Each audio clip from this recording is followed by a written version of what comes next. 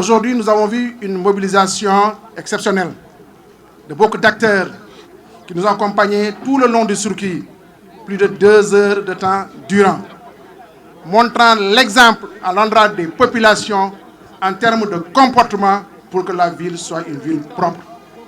Mais ce dynamisme reste encore à améliorer, puisqu'il faut impérativement et nécessairement que les populations elles-mêmes s'en approprient.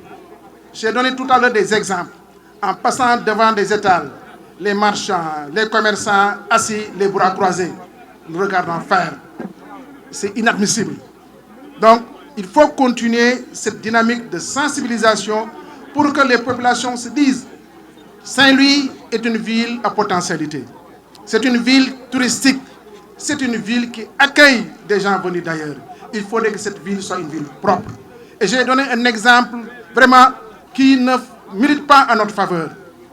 J'ai reçu récemment un courrier venant de l'ambassade de la Belgique, des enfants belges, des jeunes enfants belges qui étaient en visite à Saint-Louis ont décidé de ne plus revenir à Saint-Louis. Pourquoi? Parce que Saint-Louis est une ville sale. C'est inadmissible et c'est une honte pour les Saint-Louisiens que nous sommes. Donc à nous maintenant de prendre la chose à bras le corps, à prendre le taureau par les cornes pour que notre ville soit la ville la plus propre du Sénégal. Le président de la République a lancé le programme Zéro déchet, le programme Ville propre. Il faudrait que nous en soyons les précurseurs. Il faudrait que nous en soyons l'exemple. Et c'est tout à fait possible, surtout si les populations se sont engagées. Et je pense que les populations vont s'engager. L'exemple est donné par le collectif des conseils de quartier de Saint-Louis et je les encourage à continuer dans cette dynamique. Le projet a accompagné cette dynamique en nous dotant aussi du matériel. Dans quelques semaines, vous allez voir, la commune va acquérir énormément de logistique. La logistique, en termes de petits matériels, sera disponible.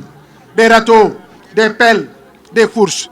La mécanisation, des tractopelles, des bennes tasseuses, des bennes satellites seront disponibles d'ici quelques semaines.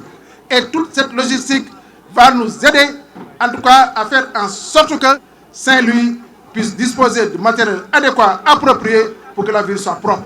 Maintenant, il reste uniquement l'implication des populations, l'appropriation des populations, et je pense que quand même le signal est donné. En tout cas, bravo au collectif des conseils de quartier pour que cette dynamique puisse continuer, et je pense que ça va continuer. Il faut trouver une séquence régulière en termes de programmation. Il faudrait qu'on ait dans le temps un agenda mensuel, bimensuel, que c'est, je ne sais pas. Il va falloir que les conseils de quartier se réunissent avec la commune et tous les acteurs pour que nous puissions déterminer cette séquence. Personnellement, je mettrai à contribution une prime de 500 000 francs par mois. Pendant 1 an, ça fait 6 millions de francs CFA. À vous maintenant de nous dire comment s'organiser pour que cette prime-là puisse être un stimulateur en direction de cette dynamique que nous sommes en train de mettre en œuvre. Et je manifeste toute ma disponibilité pour accompagner, parce que nous le devons à nous-mêmes. Nous le devons pour notre santé. C'est important, la santé elle est importante. La santé coûte cher.